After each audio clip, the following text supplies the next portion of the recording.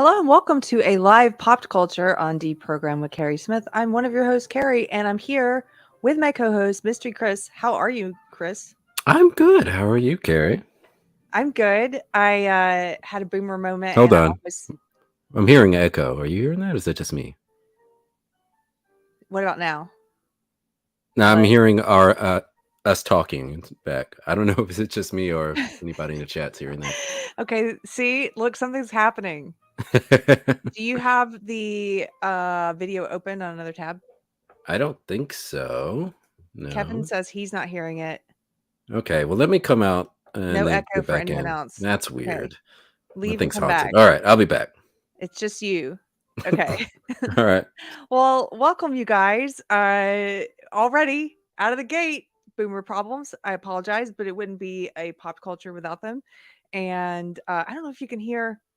Can you guys hear the piano in the background? My husband's practicing. It's actually quite lovely. I was like, I don't think it's loud enough for them to hear, but maybe you can hear it. But it's really nice. So today's International Women's Day. I just wanted to wish all of the women and men and anyone who identifies as a woman happy Women's Day. I'm just kidding. It's International Women's Day. Yeah, it's International Women's Day, and I made a meme about uh, for International Women. This International Women's Day celebrate a man in women's sports because there have been so many. And it's just kind of I don't know. I still like to laugh at this stuff. I think humor is the best way to maybe wake some people up and to get the people who are still on the left who might see something like that, hopefully be like, okay, you have a point. Especially since a lot of those men who are in these competitive sports, like Leah Thomas, the swimmer, like oh gosh, what's her name? Hannah, something his name, Hannah. They're very large and hulking. And in the pictures of them competing with women, it's just very visibly obvious that they have an advantage in at least in terms of body mass. And No. right? Wait, so are we like in the stretch of like minority months? Because it's like Black History Month is February. I Mhm. think this whole month is like Women's Month or something. Yes. What is April? Because I know Gay Month is June. Total Gay Gay month Month. used to be June. Now gay month has extended all the way to the fall, Oh, that is so gay. right? Like I think it's like 3 months now. Correct me One in the month chat wasn't if I'm good wrong. enough. 1 month wasn't good enough. Yeah, I don't feel anything about Women's Day or any of that stuff, so I just thought it was kind of a funny opportunity to make fun of it. Here, look You at should this. cook for your husband and say Happy Women's Day. You should. Yeah, I Yeah. should. Although Wednesday nights I don't usually cook because of this show. So last night we had I'll just share something before we get started. I had a great night. Yesterday we took the whole day off just to do housework. And we were texturing in one of the bedroom that we're currently renovating all day, which was kind of grueling. And then we went to Home Depot for our date and had dinner at a delicious hole in the wall Korean barbecue. Like Mm. this is the kind of place. It's in a sketchy part of town. It looks like it doesn't even. It's in. You know the health inspectors failed this place numerous times. No, probably not. I think they're very, very clean. Like they're very Okay. pay attention to Okay. detail. I'm just saying the part of town it's in, and it's a little shoebox, and it doesn't even look like a restaurant from the outside. You're like, are sure? Are you? And it's all Korean on the door. So you're like, is that? It looks like a tax accountant's office or like a shoe shine place. But then you go inside, and it's just like the kind of food your grandma makes if she were Korean, and just so yummy. Anyway, I had a great night. So, what about you? What's been going on since I saw you? Nothing. I was at work where a lot of people were celebrating Women's International Holiday, whatever the hell this is. Uh, Men who were wishing women, and women were like, "Good job, men." So that was fun. Yeah, you didn't get fired yet, so that's good. Yeah, yeah, yeah. Here is the meme that I made. Look, I'm remedial when it comes to Photoshop and stuff, so I'm pretty proud of myself when I can pull off a meme. Anyway, I just put together all these pictures of some of the most famous men in women's sports, and I think it's hard to look at this and say, "Oh yeah, there's no way at all that these trans women have any kind of advantage over women," you know, just because men on average have greater bone density and uh, a greater capacity for aerobic activity and a larger body mass, and just because a performance gap exists between men and women in almost every competitive sport you can think of, doesn't mean that these trans women have any advantage whatsoever, right? So, happy Is Women's is this Day. presumably why sex not gender is trending? Oh, I didn't see that. Yeah, I'm sure it is. I'm sure a lot of women are getting fed up with it. Yo, you guys, Nina Infinity's here. Hey, Hey. Nina. Nina is great. I've got to hang out with her on she does a Monday night show with Tom Connors on Midnight's Edge called Toxic Femme, and it is a load of fun, and I highly recommend it if you guys haven't seen it yet. It's so much fun to hang out with her and the ladies and Tom. Okay. So happy Women's Day. That's all I have to say about that. Uh, we're gonna talk about the Oscars. I don't know why, because I don't know who watches them anymore, but we're gonna talk about it. I do. You do? Yes. It's listen, I'm not naive enough to believe that politics, studio politics isn't at play with all these awards. Obviously, political stuff, the speeches and all that, and all the actors who run to Twitter and give their dumb opinions. That's turned a lot of people off, and it's turned me off on a lot of it. But I still think, and I'm probably a bit foolish for this, but I still think there's some integrity in the technical awards. Like I don't care about best movie, best actor. I don't care about. I lost faith in those categories a long time, and I was never really that interested in them. But the technical awards, I think there's still some integrity because one thing I think a lot of the diversity stuff hasn't quite hit it because you remember when Oscar So White was trending like a few years Yes. ago, and that put a lot of pressure on them to nominate people who weren't white for Right. best actor and best picture, all that stuff. Was that Korean film that won, some years ago? Parasite, which was Mhm. actually a great film. But I think for a lot of those technical awards, there's not really a lot of diversity, period, to begin with. And so there's not a lot there to really try to nominate. And plus, those awards aren't sexy awards. They're not the ones that all the articles are going to be written about the day after. So I still enjoy seeing, special effects and, soundtracks and, sound design, stuff like that more than I like seeing the movie, best picture, and all that. This makes total sense because you are such a lovable geek, and I'm kidding. No, I just love that you're like, "I'm in it for the technical awards." Everyone else at the office Oscar poll is, like, talking about who's gonna win best picture, and what's in that, like, best lighting, Oh yeah, no stuff like yeah, sound, cinematographer, yeah, things like that. Yeah. cinematographer. No, that's cool. Okay, so you still watch it. I think last year, according to this chart that you sent me, the ratings picked up a little bit, which why do you think that happened? Here, I'm gonna put this on the screen. Well, I was trying to do some research, and I think the the slappening, as I call it, I think that had an effect on it because that happened. I don't know about midway through the telecast, and once that hit social media, everybody was talking about it. People tuned in, and I know ratings jumped. I didn't find exactly how much those ratings jumped during that time, but that undoubtedly had an effect on it. You're saying But because of the slap. yes, people tuned in to see what was going on, and that helped it.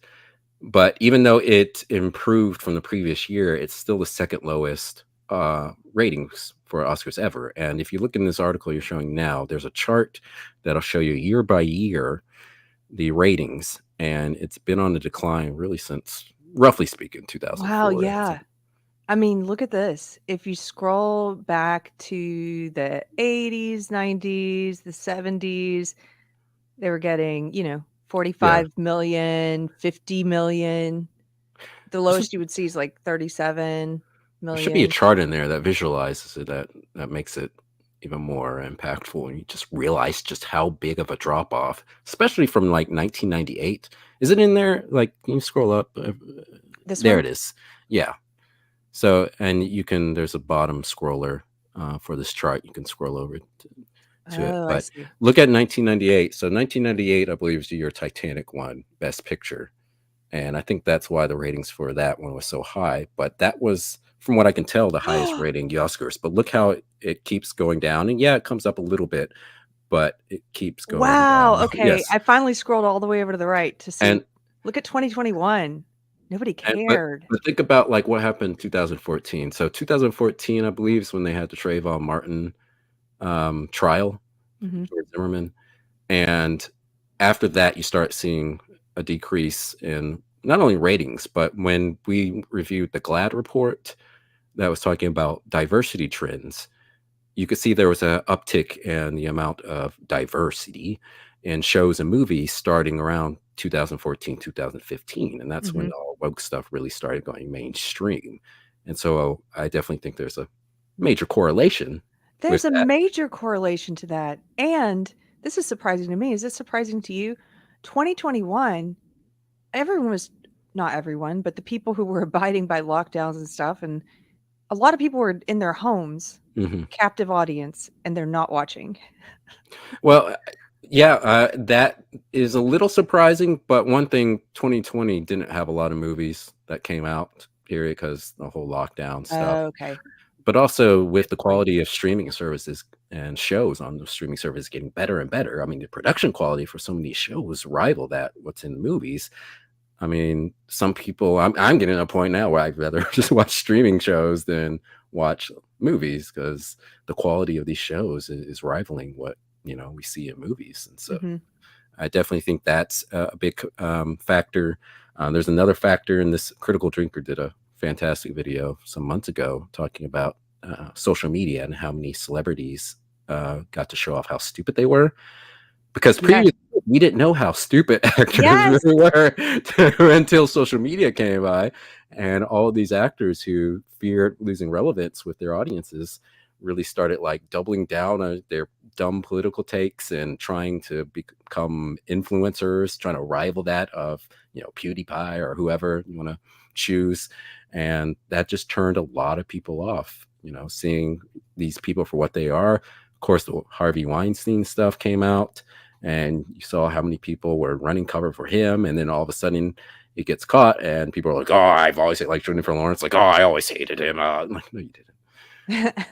So you just got to see the hypocrisy of all these actors and people in Hollywood, and all this stuff just turned people off, It and it did. really eroded a lot of the glamour because the Oscars used to be so glamorous, man.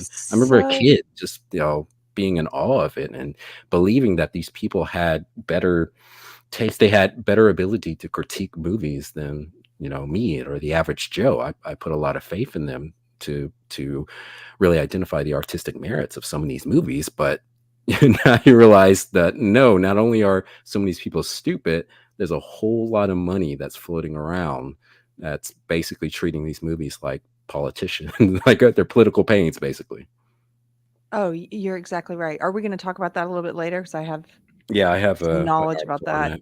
that. Yeah. Um, but to your point about, I didn't see that Critical Drinker video, but about, celebrities being a lot more accessible on Twitter and losing the mystique and the glamour, and we get to see how stupid they are. I think there's a lot to that, and you're right, it's lost its veneer. It's when I was sharing about this show tonight, I was just thinking, give me a Betty Davis or a Clark Gable any day. But we don't have glamorous, talented movie stars anymore. We have celebrities now. I would much rather have a movie star than a celebrity. Do you know what I mean? There's a Mhm. difference. I feel like even the ones, if somebody's listening doesn't understand what I mean, just think about it. We have celebrities. They happen to appear in movies, but but they're not like, I don't know. They don't have that mystique and that glamour and that respectability. And I feel like now all these award shows, it's just sort of who can wear the most shocking outfit and get called brave and stunning, and who can do the most boring Satan inspired uh routine on the red carpet or what have you, or it's all just shock and awe, D- and I don't know. do you remember a few years ago with I think it was Trey Parker, one of the South Park guys, wore a dress. He's basically mocking Jennifer Lopez, and he wore No. that dress, and he got so much criticism. And Jennifer Lopez hated him, but I thought it was hilarious, mocking like the whole institution of "Well, what are they wearing? Oh, red carpet nonsense." It's awesome. Oh, I don't even remember this. How did I miss this? When was it? Oh, this was years ago. I don't know. It's got to be close to 20 years ago, 15, 20 years ago. Here, I found a photo. Do you guys in the chat remember this? I don't. Here we go. Let's put it up. This is pretty funny. Although this article says they were on drugs when they wore this. Here's the headline. Matt Stone and Trey Parker were on drugs when they wore dresses to the Oscars. You think? So fabulous. See, now if they wore this, instead of people being upset and saying you're making a mockery of it, they'd be like, "Oh, it's so stunning." They might though, because if they think their intent isn't, true, if it's, they sense mockery in there, then I think they'll be called out for it. I would love to see them show up like this now, Yeah. because it wouldn't be mocking the women. It wouldn't be mocking the institution of the Oscars itself. It would be mocking specifically the ones like Harry Styles who try and wear something very feminine, like, "Look at me, I'm a gender bender, and I'm trying to be David Bowie, but can't quite pull it off." This is just really funny. Okay. So what are you excited about then with the Oscars this year? I'm excited to see Will Smith crash the party. No, I don't think he'll actually do that. But it would be funny. If the Oscars were smart, they would have gotten Chris Rock to host, which they must have They, asked him. they They must have must tried. have. I can't imagine they wouldn't. They'd be idiots if they didn't. But that to me would make the most sense to try to get ratings back. And so I'm not. I'm gonna start with what I'm not looking forward to. I'm not looking forward to seeing Jimmy Kimmel with unfunny jokes, and he'll undoubtedly put Trump jokes and other things because he's a one-trick Politics. pony. Yep. All the political speeches I'm not looking forward to. I am curious, even though I know I said earlier I don't really care about Best Picture. I am curious to see if Top Gun Maverick can actually win, because the Oscars, 2 or 3 years ago, so desperate to improve ratings that they started including popular movies, people that movies that people actually like, Hmm. and they're not like these artsy movies that no one's seen. And so I'm curious if it has any chance at actually winning. I mean, probably not. I I think think it Everything All at does. Once will probably win, but Well, I haven't seen Everything All at Once yet. I did hear it was good from someone who I trust, so I I'll have. saw it. I mean, Was it I, good? I liked it, but about an hour and a half in, I was ready for the movie to end. I was like, it's a cute movie. I get the point, but it's kind of Kind of done. yeah, ready for the movie to end. But I think because it's got a little zaniness to it, because we've kind of seen that trend Hmm. in movies that have been nominated for Best Picture or have won. And it's also got the diversity in it, Asian cast in it, so it checks that box. And so, and that sucks. Like I hate having to do this, but it's like when Thomas Sowell talked about affirmative action and how it makes people question the legitimacy of people who are in positions of power because of the whole culture to get non-white people into those positions. And so when you look at these movies, you got to wonder, like, are these movies really that great? Are people who are voting on this actually do they really think this movie is a good movie? Or is it simply there just because, it checks a box? That's why, that the Korean movie was the one you were just talking about. You say you saw, you like that one Best Picture, Parasite. Parasite. I didn't see that movie, but when it won, I was thinking like, does this really deserve it? Because I hadn't seen it, but it just seems like it checks the box. And so it seemed like that was something that was destined to win simply because of that reason and that reason alone. But hey, if it happens to be a good movie and wins, then great. But there's always gonna be questions in it. You know. I I think a lot of it is political, true. And I know when we had clients back when I worked in entertainment management, I did comedy, but my partner did music, and then we did a couple of we had some comedy clients who were nominated for Grammys for comedy albums, and then we actually were hired to consult for another comedian we didn't represent, who was nominated for a Grammy, and the whole campaign, it was like a huge press campaign that they do, to try to get attention to try to get their name in the news so that you're aware of it if you're a voter. But there was all this other stuff that went into it to try and target people who we thought might be voters. And I have a feeling that there's like a whole lot of lobbying that goes on, you Hmm. know? Um, but here's what I think when you mentioned Top Gun and if it gets voted in, I think the people who are pushing woke now, the ones who are doing it because it's fashionable and it's a fad, which is the majority of people in entertainment, they're doing it because it's fashionable. They're not like true believers. They're not true identitarian Marxists. Um, I think I think they're getting sick of it. Well, And I think that they're getting sick of just like the heaviness and the preachiness and the yeah. weightiness of all the films. And the thing about Top Gun Maverick is, and you're going to be able to cast your vote. Nobody knows who you're voting for, right? I think a lot of these people, like on election day, when a lot of people in 2016 surprisingly went in and voted, for Trump and shocked the world. I think a lot of people might pick something fun like Top Gun Maverick because there's there's no agenda to it whatsoever. Mhm. It's just a feel good movie. Well, if you remember 2 years ago, when Chadwick Boseman was supposed to win the Oscar for Best Actor, and Anthony Hopkins ends up winning. That was like a shock. Like you could tell that the people running the show thought that Chadwick was going to win, which is why they moved the Best Actor award to after the Best Picture, which is like unheard of. And so when Anthony Hopkins wins, it was a big shot, and everybody was like, "Wow, this!" Oh, and all these articles were like so down and upset, and saying that Chadwick got robbed. But I was actually surprised because there was so much hype, there was so much pressure, people saying that he was shoo-in to win that Oscar, and I didn't see the movie that he was nominated with, so I can't really speak to his performance. Maybe it was something that deserved the Oscar or not, but still, just the pressure that the voters didn't succumb to is what I thought it was interesting, particularly in this culture, that they Mhm. would vote a white dude, Anthony Right. Hopkins, over the dead black guy. Yeah. You're kind of making me think of 2017 Oscars as well. When do you remember the big Steve Harvey. Oscars?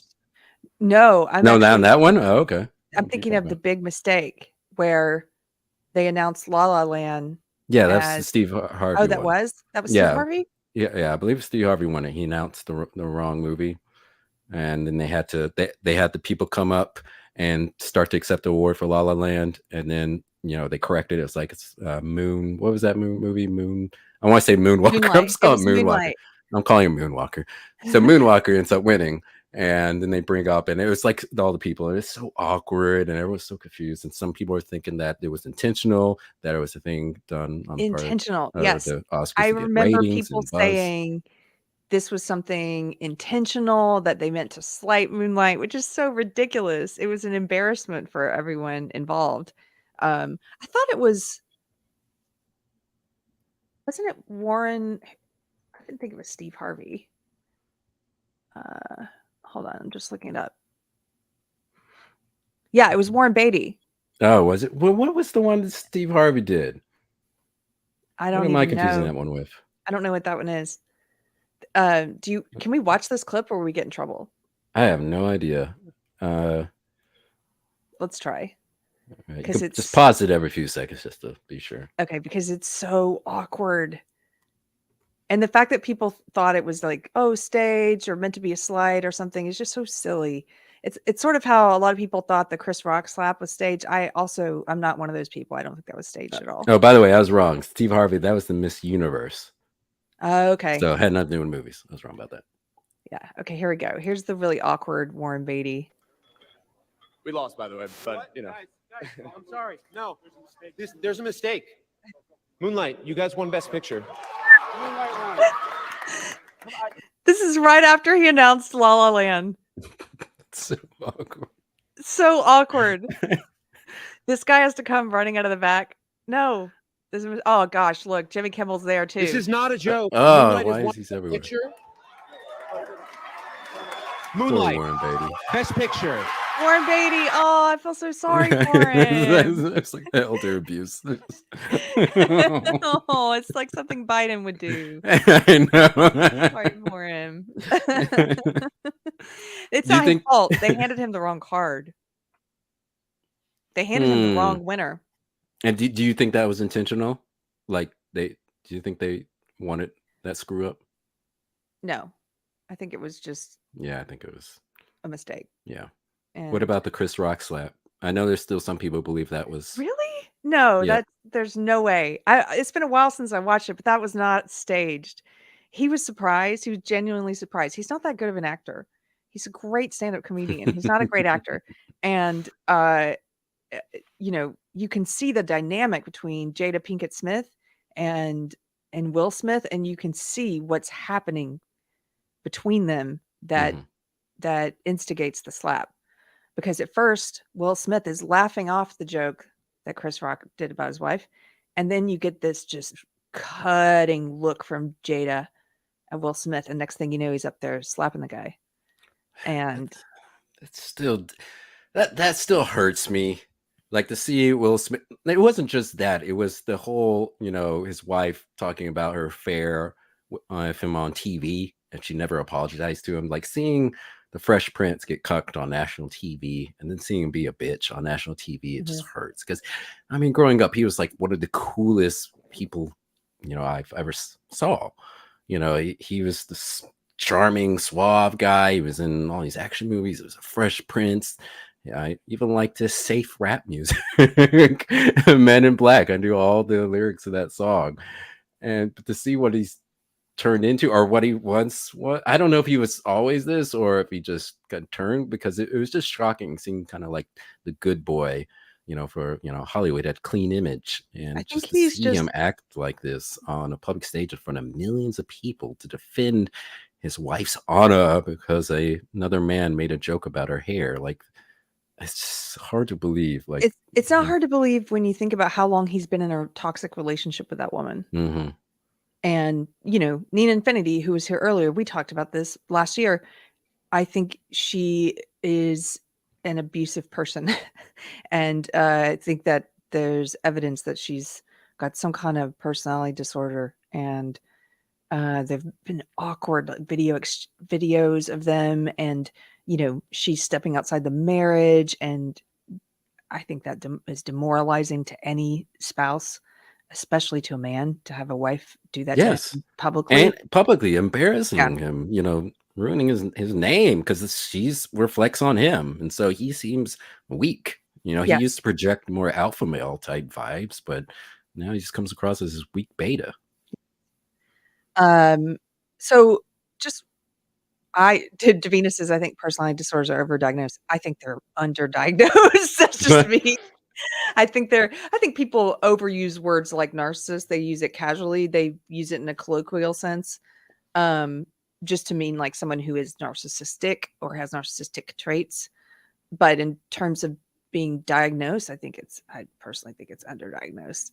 And then she says people need to take responsibility. Oh, I agree. I think a personality disorder doesn't excuse anything. In fact, most of those people, I think they need to be held responsible for the pain and torment that they inflict on people, and be happy locking a lot of them away, in my personal opinion. That's sorry.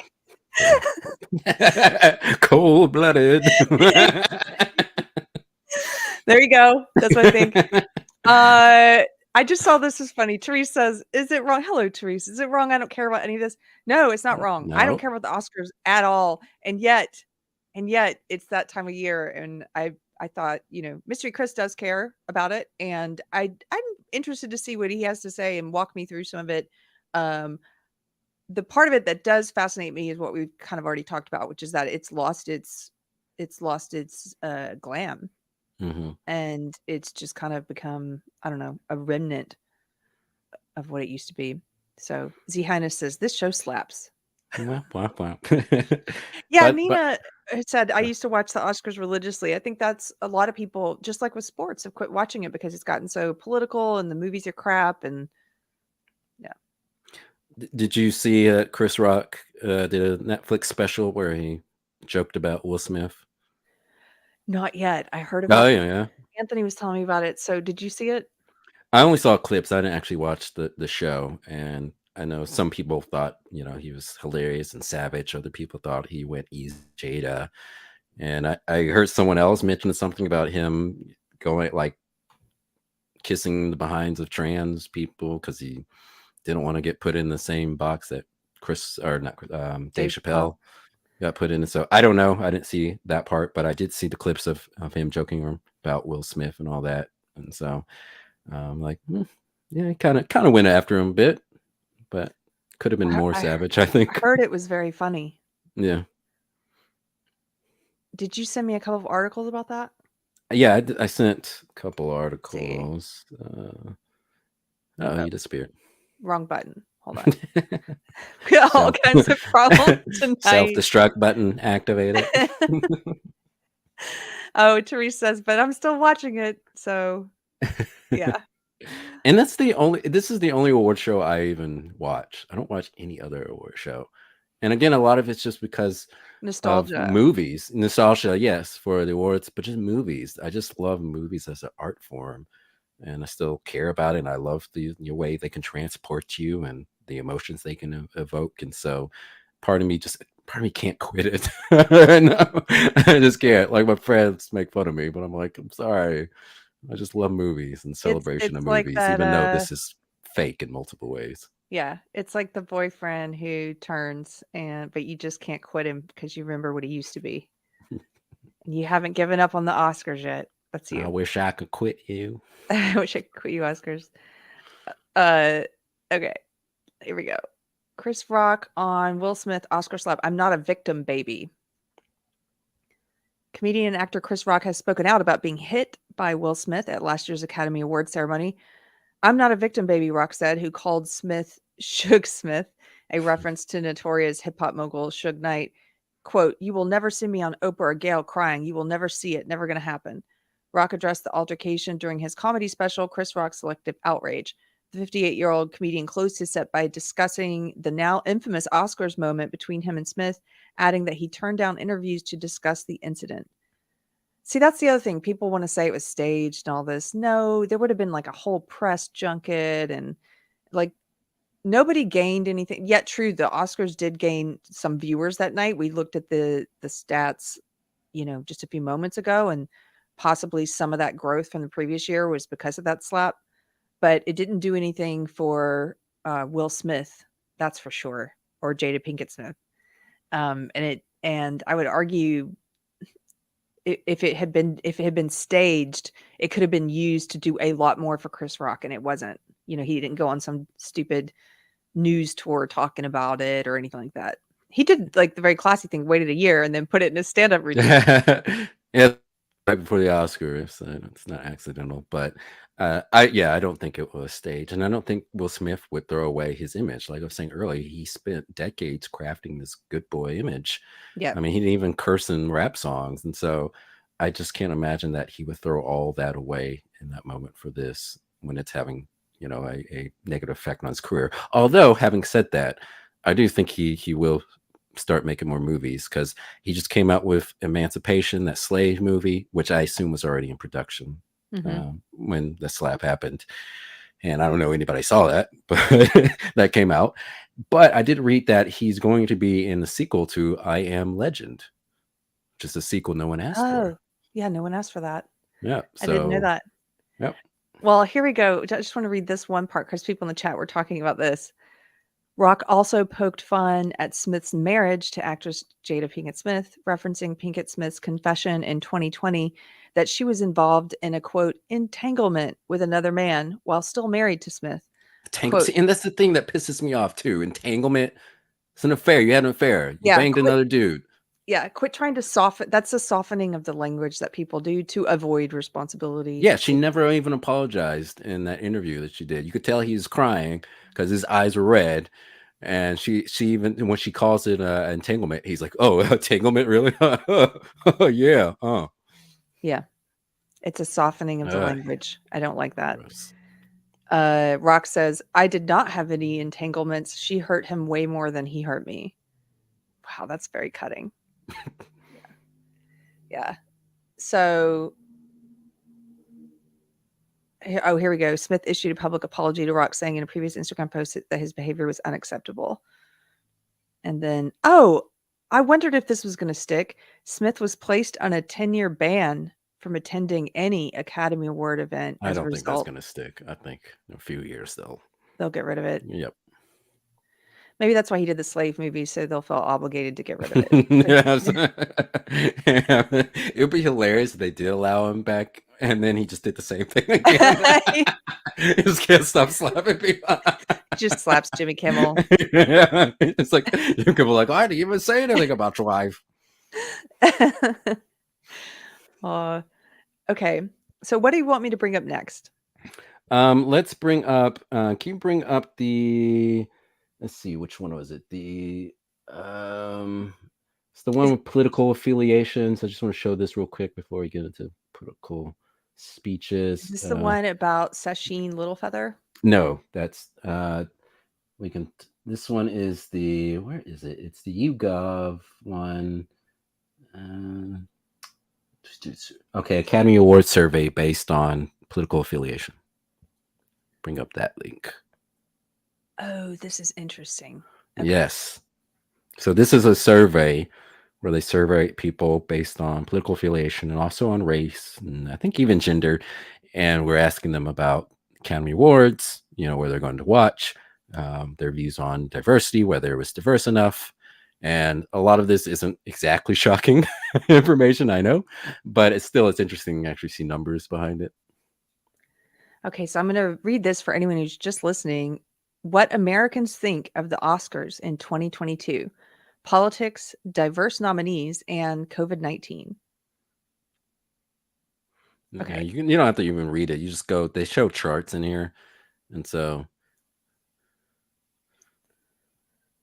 about 1/4 of Americans are interested in the Academy Awards. I'm actually surprised it's that many. But they don't watch. Oh. They're interested, but they don't watch. Okay, so this is just about interest. So if you're like someone polling you, are you interested? Meh, why not? Someone go on Twitter and talk about it, but they're not going to watch. Right. So you can see this broken down by, at the top here, U.S. adult citizens. Then they have it broken down by political party here. They have Democrats, Independents, and Republicans. Not surprisingly, Democrats are a lot more interested in the Academy Awards than Republicans are. I wonder why. Yeah, I wonder why. You've got only 19% of Republicans are interested, and of that 19%, only 5% are very interested. 5%. Whereas with Democrats, you've got, what is that? 42. My math's off. 42% interested, and of that, only 14% is very interested. Then you scroll down. Oh, where do they live? People who live in cities are the most interested in the Oscars. Shocker. Those who live in suburbs are less interested. Those who live in towns are the least interested. And then those who live in rural areas are like the third most interested. That's kind of weird.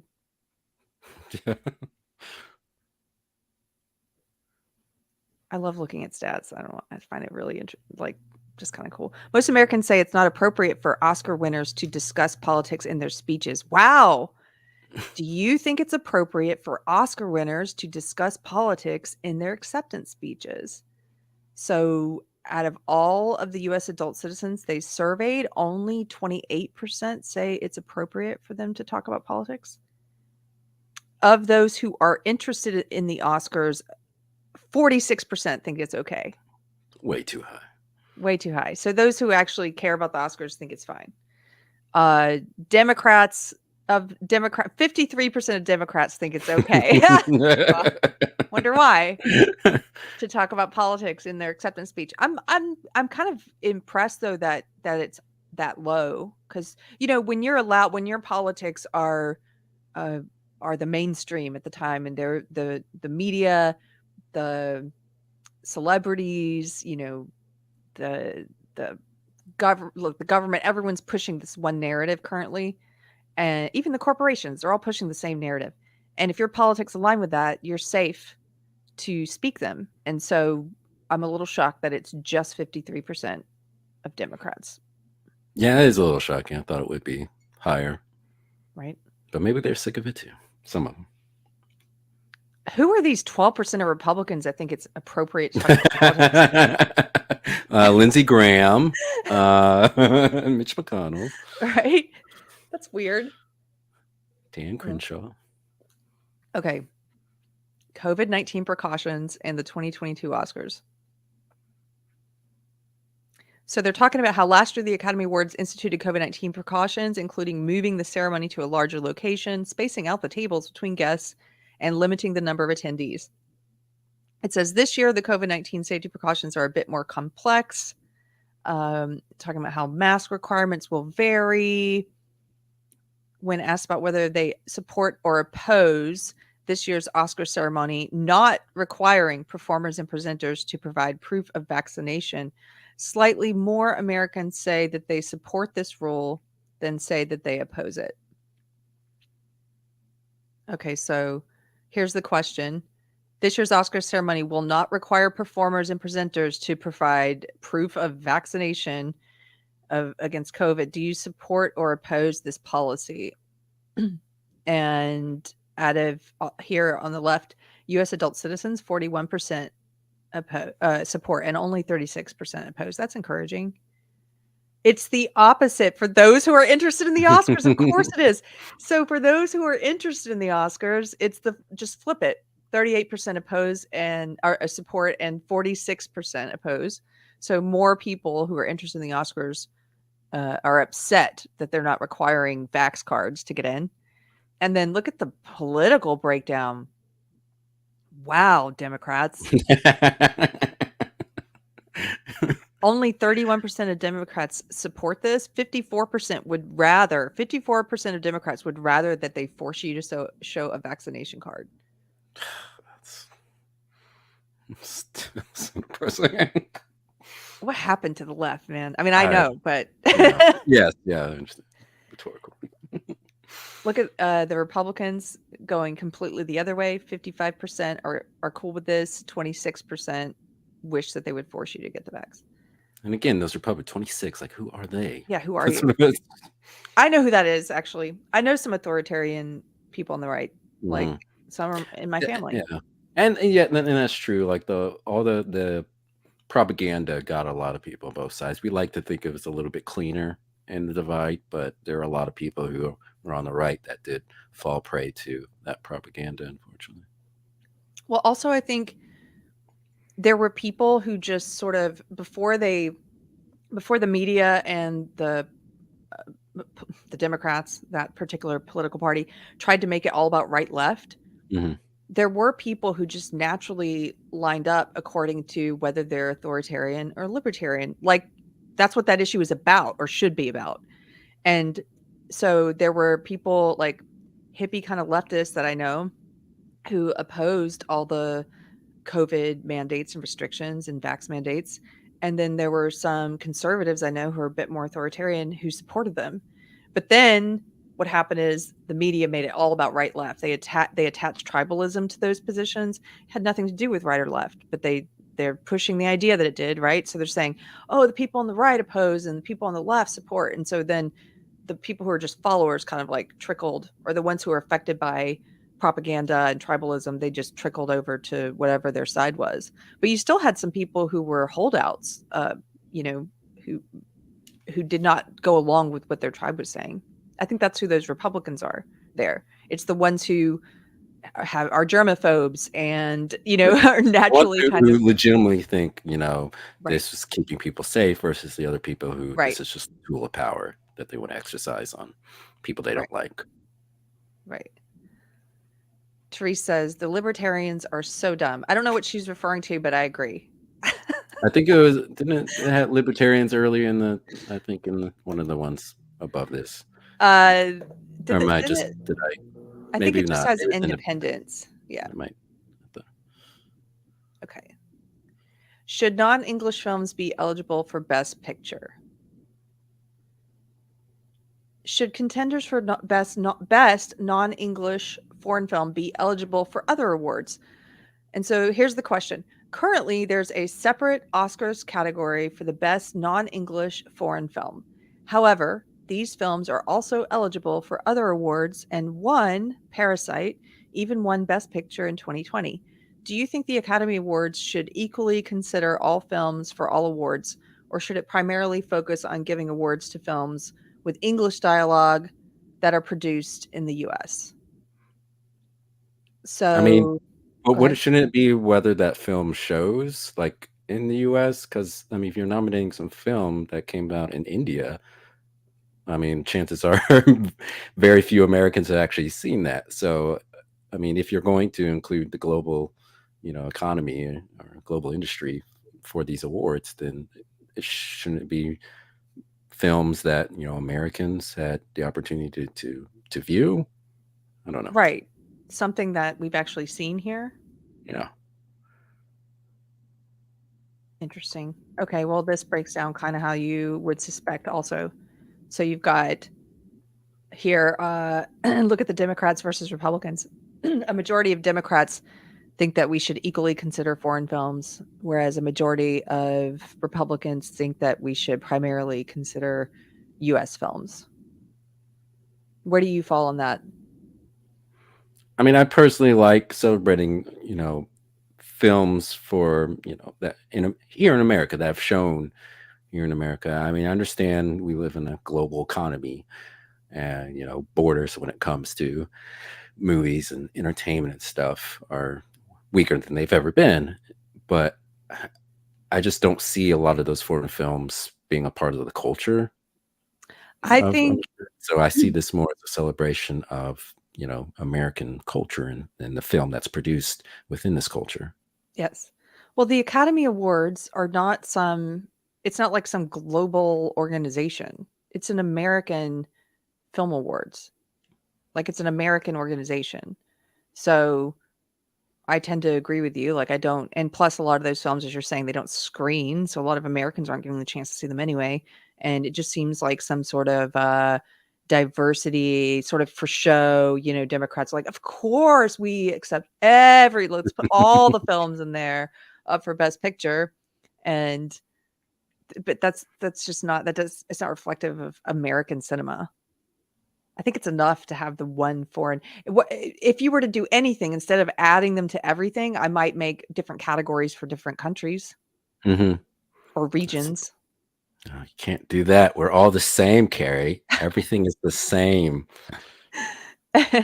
And one thing I don't like nominating foreign films because I'm lazy and I don't like to read when I'm watching movies because it's a visual art medium and I just want to see and hear things. I don't have to read. I might as well just go outside of the theater and start reading a book. I don't mind reading. I actually put closed caption on all of the TV that I watch just so I can get used to reading now for when my hearing goes later. So- Oh, oh, that's sad. Debbie Downer carrier. What? It's not a downer. I'm just being prepared. I'm used to watching everything with closed captioning, so I'm used to reading along. Wow. Yeah, look, Alan says the more you watch subtitles, the better you get at it. Yeah, and then it's not distracting at all because you're used to it.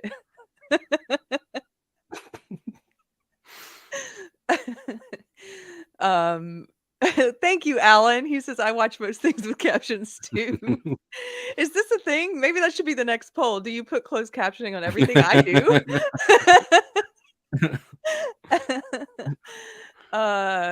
Is Pirate here? I wish he was. He could do a poll for us. Here, I'll do it. I will admit, sometimes I do put captions on, but that's usually if it's harder to make out what some of the characters are saying, like if the sound design is just terrible, and so I'll just put those on. But there's a show I've been watching. Let me take a break from the Oscars just really quick. It is entertainment related. Have you seen this show on Netflix called Barbarians? no. Okay, it's excellent. It's a German show. My husband discovered it or introduced me to it, and they dub it. But they also speak Latin, which is very cool because it's about the expression "barbarians at the gate." It's basically about the period of history when the Romans were plundering basically all of these Germanic tribes and oppressing them, stealing their young men, forcing them to pay tributes and to like the mob, and it's about all the tribes when they came together and the barbarians and started fighting back against Rome. And so it's based in history. Of course, the storyline, a lot of it is fictionalized because it's about you meet all these different individuals, right? But it's excellent. It's really great. If you like something like Game of Thrones, I would suggest it. I was saying to Anthony, it's kind of like Game of Thrones, except it's actually rooted in history. It's not completely, complete fantasy. So Kind of surprised you're interested in that. It seemed like something that I wouldn't think you'd be into. Oh, really? I loved Game of Thrones. There are there very alpha masculine men and like fighting? Yes. And that's why. Well, that's one reason. And you don't see masculine men on American TV shows anymore, or you rarely do. That's true. These are like alpha dude. You don't see that anymore. And everyone's got fabulous outfits on that looks like they're going to Ren Fair. The women have these just great like fur capes and stuff. And then they actually have heterosexual lovemaking scenes, which you don't see a lot anymore either. So Does that have boobs in it? It's not like gratuitous boobs. No, I don't. It's not like Game of Thrones in that way. But what's the point then? You're so silly. Okay, I was looking to see if I could do a poll. I think we have to wait till the other one closes before I can do that. I'm still learning about polls. Okay, we'll continue. If you guys have seen Barbarians, if you know what I'm talking about, just leave a note in the chat and let me know if you like it or not. So let's scroll on to the next question in this survey. What Americans think of the Academy's decision to present some awards before the live telecast?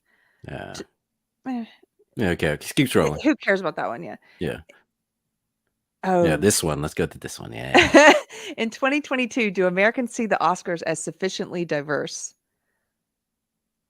Black Americans are about twice as likely as white Americans to say the Oscars have a diversity problem, meaning there's not enough white people, or I'm just kidding. That was a joke. Listen, we already have the BET Awards. It's not good enough. Would it be great if the black people in the survey were like the most based and they're like, look, it's gotten too black. I would hope that would be true. For a moment, I thought maybe black people might answer like, oh, no, it's no diversity problem. Oh, no. That would have been great if they're like, stop pandering. I mean, because how many black people are even interested in making movies, becoming actors and actresses? I mean, it's not a large pool to begin with. I mean, you think black people, of all people, would know this, since we tend to know what the culture is into and what it pushes. You think black people are less interested in filmmaking than what, like other arts? Than making rap and music? Yeah, I don't think there's that many blacks that are into it. And that's one of the problems I have with like diversity stuff, because they never even ask the question, like, maybe there's just not a large pool of black talent to pull from. Like that doesn't enter their people's minds. It's just they're like, oh well, if there's not enough, black people here, then that must mean it's racism. Which I'm not even saying that there isn't some racism in the past, right? Maybe even some present, but I think a lot of it still has to do with just the choices that us people are blacks as interested in. individuals make, and a lot of it just has nothing to do with the movie industry. Oh, that's crazy. I've never even thought of that before. I mean, that's kind of like women and STEM. They keep trying to force this issue with like we need more women in STEM, and the only reason there aren't more women in STEM is because of sexism. And I don't think that's the case. I think it's because women have a lot of different interests, and STEM is kind of low on the list. And it's just what different groups of people on average are interested in or drawn to. But yeah, I'd never considered that. Okay, so Black Americans are about twice as likely as white Americans to say the Oscars have a diversity problem. Here's the question. Based on what you've read or heard recently, do you believe the Oscars do or do not have a diversity problem? Meaning the nominees this year are not sufficiently diverse in terms of race, nationality, or gender. And so you can see here 23% of white Americans think that there's a diversity problem. 28% don't think there's a diversity problem, and the vast majority, 50%, say they don't know or not applicable. That means I don't care. And then almost 50% of Black Americans say, yeah, the Oscars has a diversity problem. And 47% of Black people and 49% of Democrats say, yeah, there's a diversity problem. I would love to see the breakdown based on men and women, because I bet like that 49% is like mostly women. Yes. Like, how many of these Democrats are women? Yeah. Yes. Right. Okay. Wow, that was very cool. Thank you for finding that. Yeah, I thought that was interesting to actually see those numbers. So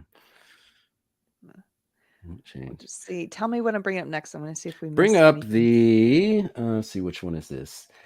The Verge.com article.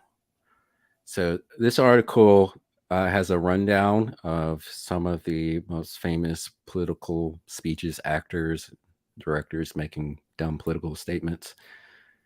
And I think it counts the Saskatchewan Little Feather, whatever her name was. Yeah, it's the first one in like 73, which I have an article about this faker here in just a moment.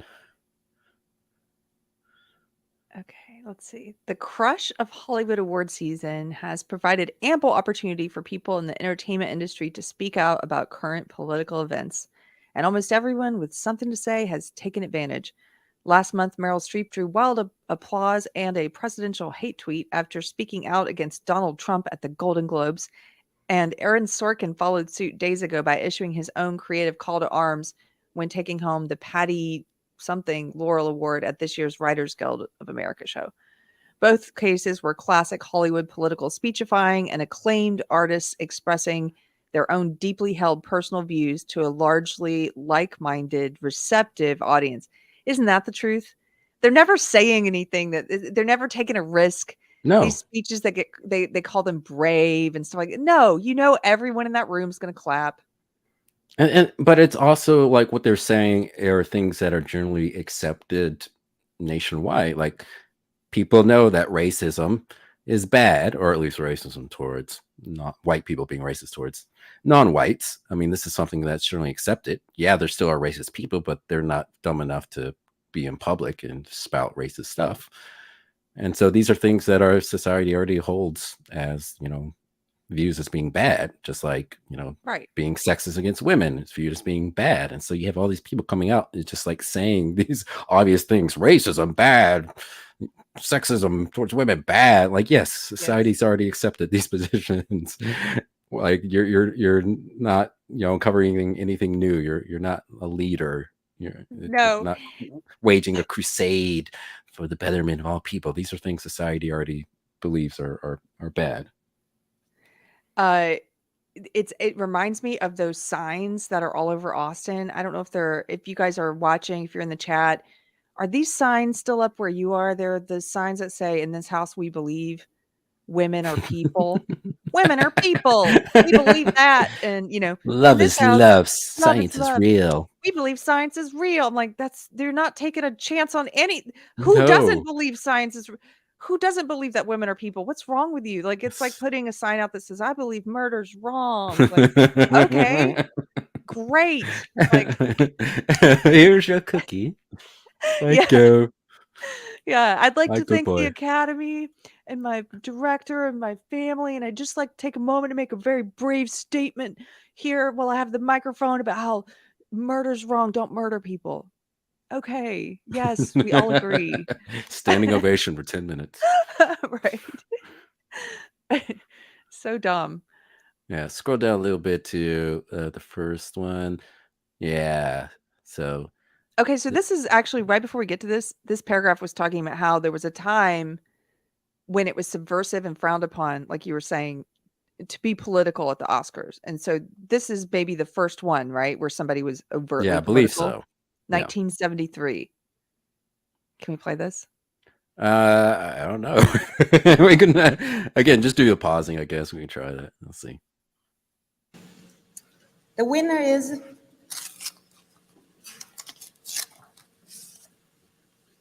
Marlon Brando in The Godfather. Accepting the award for Marlon Brando and The Godfather, Miss Shasheen Littlefeather.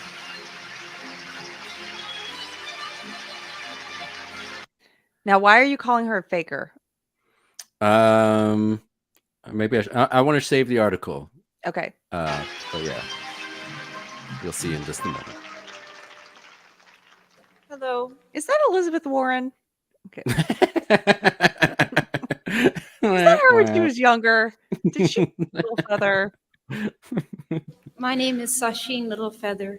I'm Apache, and I'm president of the National Native American Affirmative Image Committee. I'm representing Marlon Brando this evening, and he has asked me to tell you in a very long speech, which I cannot share with you presently because of time, but I will be glad to share with the press. I thought she was going to say because I can't read.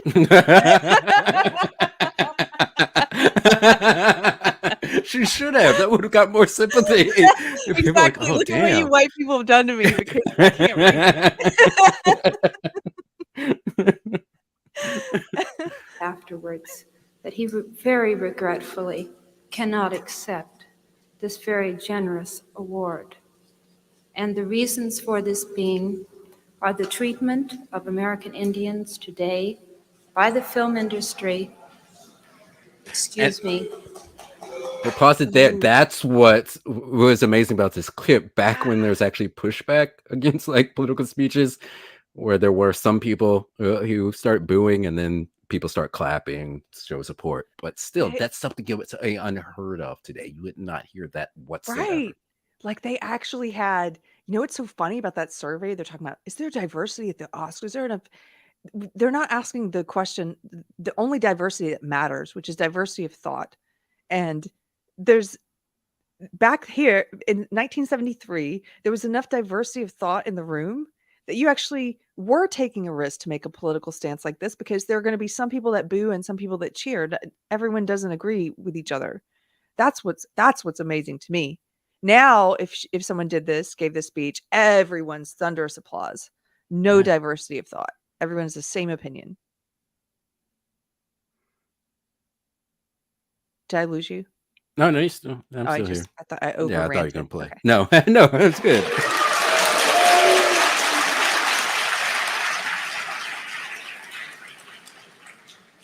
And on television, in movie reruns, and also with recent happenings at Wounded Knee. I beg at this time that I have not intruded upon this evening, and that we will, in the future, our hearts and our understandings will meet with love and generosity. Thank you on behalf of Marlon Brando. Okay. That's very different, right? Yeah. It wasn't common to hear something political in an acceptance speech.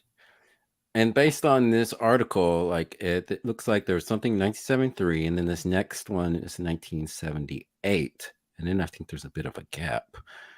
So 1978, Vanessa Redgrave. Yeah, and yeah. Should we watch part of this one? Yeah, is small boring. part, not the whole thing. Yeah, just a little My bit. dear colleagues, I thank you very, very much for this tribute to my work. I think that Jane Fonda and I have done the best work of our lives. And I think this was in part... Skip ahead. Before or after 9 to 5, because I beg to differ. If this 9 to 5 was probably the best word. I'm kidding. 9 to 5, Jane Fonda. Okay, we're skipping ahead. Yeah. Wait, so what did she end up speechifying about? The Palestinian. Okay, when she was nominated for Best Supporting Actress for Julia, the Jewish Defense League picketed the Academy Awards as a protest against her work on the documentary. She had been dealing with public outcry for the Palestinian, a documentary she produced and narrated, which presented a sympathetic portrayal of the Palestinian Liberation Organization. Oh, wow. That's one of the interesting things too, because with the left, there still is some people that are still like pro-Palestine, but it's not something that's really promoted. Like I know AOC has made comments about that. There are a lot of them who are pro-Palestine. And obviously, Ilhan Omar is very anti-Israel, and so it's interesting. It's like, you know, these people get pushed for a bunch of dumb things they say about, you know, the economy and capitalism and stuff, but when it comes to the Israeli-Palestinian conflict, you know, if they take the side of Palestine, then they get kind of ignored. Because I remember, like, during it was the riots, the peaceful protest in 2020. I heard about a Black Lives Matter event somewhere. I can't remember what city it was, but it was like pro-Palestine. Yes. And it just disappeared. Like I didn't hear anything about it afterwards. And I was like, oh, well, you guys went too far. you didn't get the memo. You're just supposed to be attacking white people. I think they've calmed it down a little bit, but a lot of them still have those opinions. Like on the social justice oppression hierarchy, they definitely put Palestinians above Jewish people. And that's how they determine their opinion on everything, is which group is more oppressed. So I think that's why a lot of them have that opinion.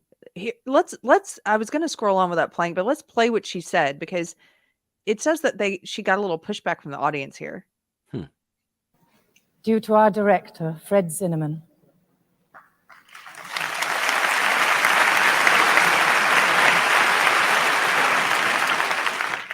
And I also think it's in part because we believed and we believe in what we were expressing. 2 out of millions who gave their lives were prepared to sacrifice everything in the fight against fascist and racist Nazi Germany.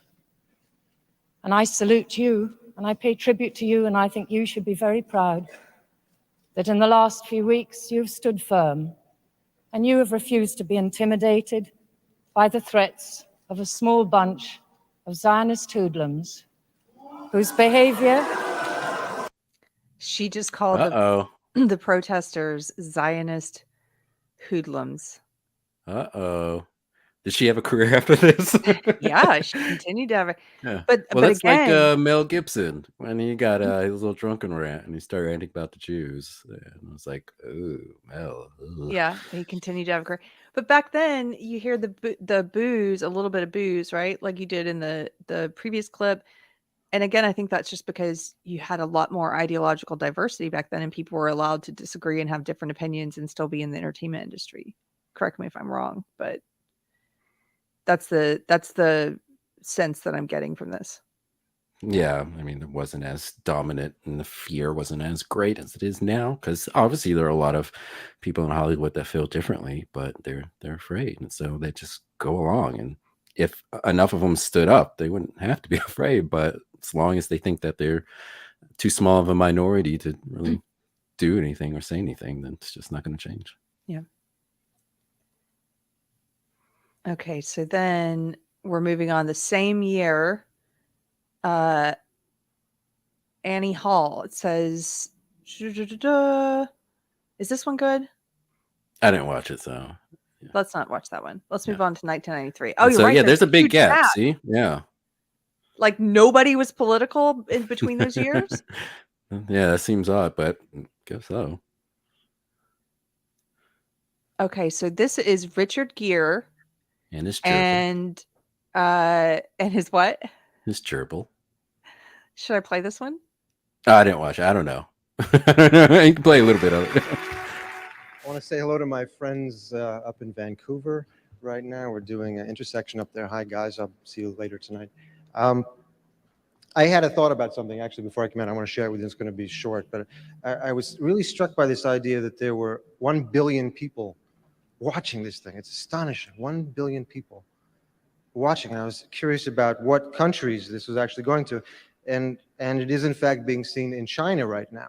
And the first thought that came to me was, I wonder if Deng Xiaoping is actually watching this right now with his children and his grandchildren, and with the knowledge that what a horrendous human rights situation there is in China, not only towards their own people, but to Tibet as well. And I was wondering if this kind of, if something miraculous and really kind of movie-like could happen here, where we could all kind of send love and truth and kind of sanity to Deng Xiaoping right now in Beijing, that he will take his troops and take the Chinese away from Tibet and allow these people to live as free, independent people again. This is something that you wouldn't see today either, because of all of these big movie studios that are in bed with the Chinese government. Right. That's what I was thinking. This isn't so bad. I mean, as political speeches go, I like this one. I still would rather not hear it in an acceptance. Yeah, like even if I I- agree with, things that a certain celebrity says, I don't want it mixed in with, entertainment. Keep Right. those separate. If you want to go to Twitter and rant about it, then fine. But for these ceremonies stuff, this should be about the art itself and not The about filmmaking. your views on what's going on in Washington, D.C. or in China or Russia, wherever. But you're right. He would not be allowed to criticize China in this way today. Yeah, imagine like someone ran up there and says, Taiwan is a country. Oh, man. Okay, and then we've got another one from 1993. This one says, in 1993, presenters really had a lot to say because the same evening, Tim Robbins and Susan Sarandon, two big leftists, kicked off their presentation of the Best Editing Award by calling attention to 266 Haitians who were being held in Guantanamo Bay, barred from entering the United States because they had tested positive for HIV. So Sarandon said, on their behalf and on behalf of all the people living with HIV in this country, we would like to ask our governing officials in Washington to admit that HIV is not a crime and to admit these people into the United States. The audience applauded. But it says the Oscar telecast producer was not pleased. And the LA Times reported at the time that he was furious, drawing a line between winners discussing their beliefs and what Gere, Robbins, and Sarandon had done. Quote, he said, someone who I invite to present an award to use that time to postulate on personal political belief, I think is not only outrageous, it's distasteful and dishonest. Later, he banned all three from presenting at the Oscars in the future, though they've since been back. Oh, well, Will Smith is going to come back then. It doesn't matter if you ban someone, apparently. Yep. Wow, that's encouraging too. And he's right. They're not even there. Okay, so it's not like they're winners and they're using their acceptance speech time to share their political views. They're there to present an award. They're there on someone else's dime to present an award. Do you know what I mean? Like it's not, you're not there to pick up an award. You don't get an acceptance speech. You're just here to announce the nominees and the winner, and you take time out of the show to tell us your political beliefs. I understand why he was upset. Yeah, me too. I can understand that. Back to 2002. So 2002, Halle Berry This one, she said, okay, so anyway, let's just read this one. Perhaps not coincidentally, I'm going to quit playing them in case I have a feeling we're already going to be struck, but I'm just going to quit Yeah. playing the game. Just read it. Perhaps not coincidentally, political speeches became the domain of winners once again. In 2002, Halle Berry became the first woman of color to win a Best Actress Oscar. And while she highlighted the historic and political significance of the moment, her speech is best remembered for its raw emotion. After taking the stage, Berry was so overwhelmed she struggled to stay composed, finally collecting her thoughts enough to dedicate the award to groundbreaking women like Dorothy Dandridge, Lena Horne, and Diane Carroll. That's beautiful. I think that's beautiful. Being emotional and dedicating the award to other, actresses, Black actresses, like that's great. That's not like saying, I hope this political leader does this or that political leader does that, Right. Yeah, That's very that's not as personal. bad as what other No, it's people not bad at say. all. I think that's gorgeous. And it is And, huge to be the first Black woman to win the Best Actress Oscar. mhm. And then there's this guy. Oh, guilty admission, I loved Michael Moore when I was a leftist and watched all of his documentaries. I even got to meet him, get a photo with him. I was one of the people. I don't think he would have liked me back then, it's because um I did too. I watched him. This is back when I was a Democrat because I remember what was the Fahrenheit 9/11? Fahrenheit 9/11, yeah. Yeah, came out, and that was around the time the Iraq War was happening, and I was very much against the Yeah, Iraq War. me too. And I think there's still some points I would agree with him, some points, but as I start changing and as I start seeing him as someone who was still very much pro-establishment, I was like, this guy's an idiot. Like, he doesn't fully believe in the things he's espoused previously. If you're not holding Barack Obama to the same standards you're holding George W. Bush to, then you're a phony, you're fake. There you go. That's it in a nutshell. I think I would still agree with a lot that's in some of his older documentaries, Roger and Me, even some of the stuff in Bowling for Columbine, but he doesn't he's such a tribalist. He's a man of ideology and party rather than a man of principle. And so he won't attack warmongers in the Democratic Party. He's never going to make a documentary talking about COVID policy and how it was an overreach. That would be amazing. Can you imagine if he did one of his Michael Moore style documentaries about the past 3 years and he came out against all of that authoritarian crap? That would be amazing. He would gain all of my respect back, but he's never going to do that. Well, he did. I want to say he produced a movie. I forget who the actual person was who made the documentary, but it was talking about climate change. And in this film, I believe I watched it, and I'm trying to remember if this is accurate. I might be somewhat off, but I think it was still pro in the sense of it was still belief that climate change was a real thing, but it was slightly nuanced because they did start to go off after green energy in this documentary and talk about how it's not a good solution to our energy issues and stuff. Yeah, was that it? An Inconvenient Truth? Or was that Al Gore's? What was the Al Gore's one? I think that was Al Gore's one. That was right? the Al Gore one, yeah. Yeah, I'm trying to remember I can't remember what it was, but it came out like 2-3 years ago. But anyway, it got a ton of hate online because it wasn't pro climate change enough, and because even though it was still supporting climate change, saying that man was causing climate change, it was just criticizing the alternative green energy stuff, and that's what pissed all these activists off online, and they started going after Michael Moore, even though he didn't really have much to do with the movie other than just kind of produced it. Well, they always turn on their own. Well, so, oh my goodness, this is going to be terrible. Let's watch it. As much as I see you guys in the chat are like, Keri, we knew you were a lefty, but Michael Moore, really? Yes, it's embarrassing. SC, I see you. It is embarrassing, but I still stand by, like you said, especially the film about 9/11 and stuff like that. I still think he started off maybe with the right intentions and wanting to be a truth teller. He just became a part of the elite establishment, and he became a tribalist that's part of one party, and he can't he's got such huge blinders on. He can't see, he's an ideologue. He can't see out of his ideology.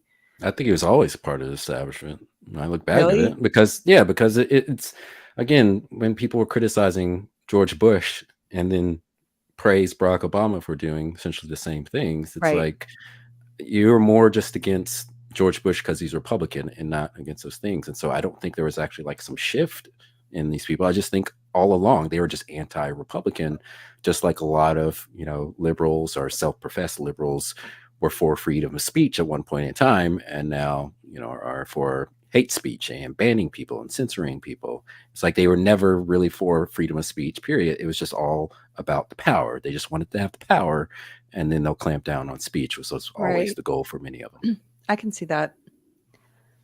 Okay, I am going to play this. Those of you in the chat can play just because I want to see how bad it is. Ready? This is going to be the worst one. Let's see. On behalf of our producers, Kathleen Glynn and Michael Donovan from Canada, I'd like to thank the Academy for this. I've invited my fellow documentary nominees on the stage with us, and we would like to, they are here in solidarity with me because we like nonfiction. We like nonfiction and we live. Oh, you're muted.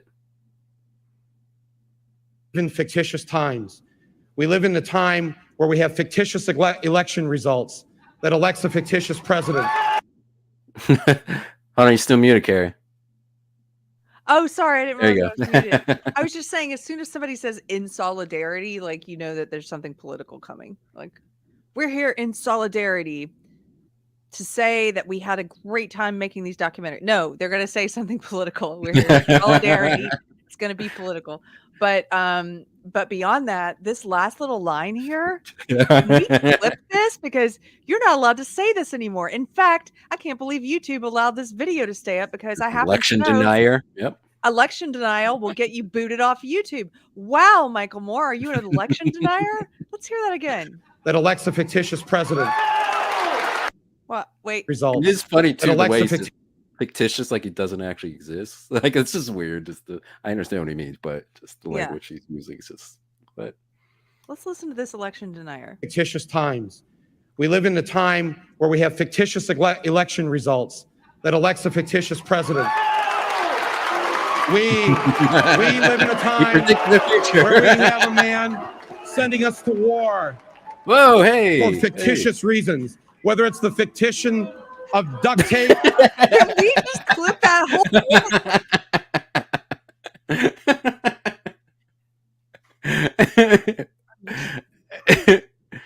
That's just clip that little bit saying fictitious election results, fictitious president sending us to a fictitious war. Michael Moore said this. Can you believe it? He's a time traveler, clearly. Just don't say what year it was that he said it. Michael Moore said this.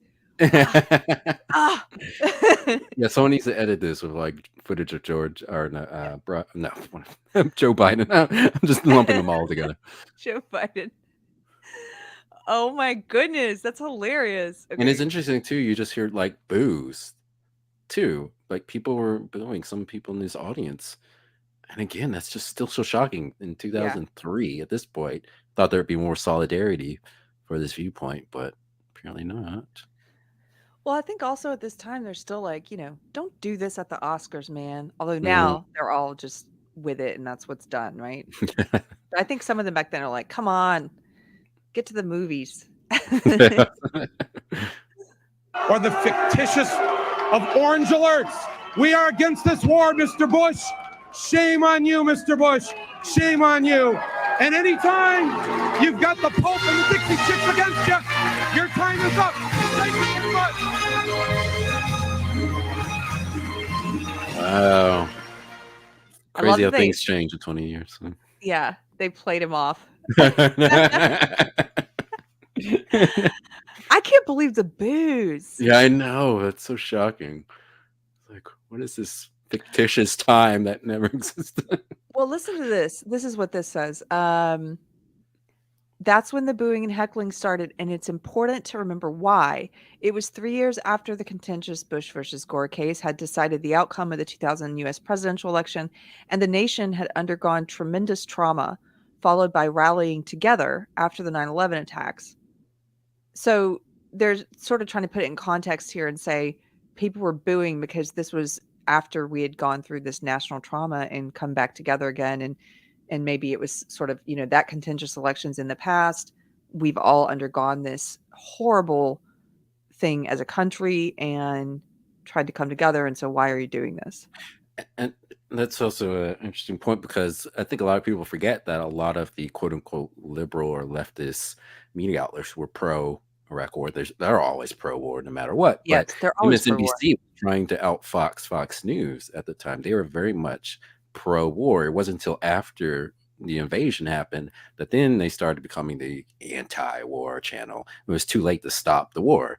And so, and they were owned at the time by General Electric. General Electric is part of the military industrial contract company. So I can see that. I can see how a lot of these people, again, were, like you're pointing out, coming off of 9/11, a lot of people still believing, the lies that, government was saying about Saddam working with, the 9/11 hijackers, all that. So that makes sense. Yeah, it does make sense. That's so crazy. Okay. Then we're moving on to 2009. Dustin Lance Black wins Who? Best Original Screenplay. This was for Milk. Which, I remember seeing that movie and liking it, but then I was reading stuff about Harvey Milk, and he seemed like he was kind of a degenerate. Yes, I think so. Here, listen. Here's his quote. He says, quote, I think if Milk were around today, I think he'd want me to say to all of the gay and lesbian kids out there tonight who have been told that they are less than by their churches or by their government or by their families, that you are beautiful, wonderful creatures of value, and that no matter what anyone tells you, God does love you, and that very soon, I promise you, you will have equal rights federally across this great nation of ours. What do you think about that one? It was about the time when I guess that's 2011, right? So that was during Obama's tenure. 2009. What year did the gay marriage become? I think it official? was right around this time. It Yeah. it wasn't as late as 2011. Let's look it up. Because I don't actually mind this so much. I mean, my problem with it is it's sort of set a template, though, for all the award shows now. They all come up and they're like, and to any trans Black girl in a wheelchair out there who's listening, I want you to know, and it's sort of set that template where they're all now appealing to this imaginary, oppressed audience, and it's just kind of become something that they all do now. I feel like you hear this more and more. I'm here to speak to this particular oppressed segment and let you know that because I won this award, you can do anything. And I don't know, it's sort of the same. Yeah, that was towards the beginning of the whole obsession with, identity. And so, yeah, he definitely set that template, unfortunately. And it was kind of at the end of, I guess, that war against evangelicals that the left had. And, unfortunately, they won, I think. So, yeah, that timing of it was something that I think a lot of people in Hollywood already agreed with. I don't think there was a tremendous amount of pushback.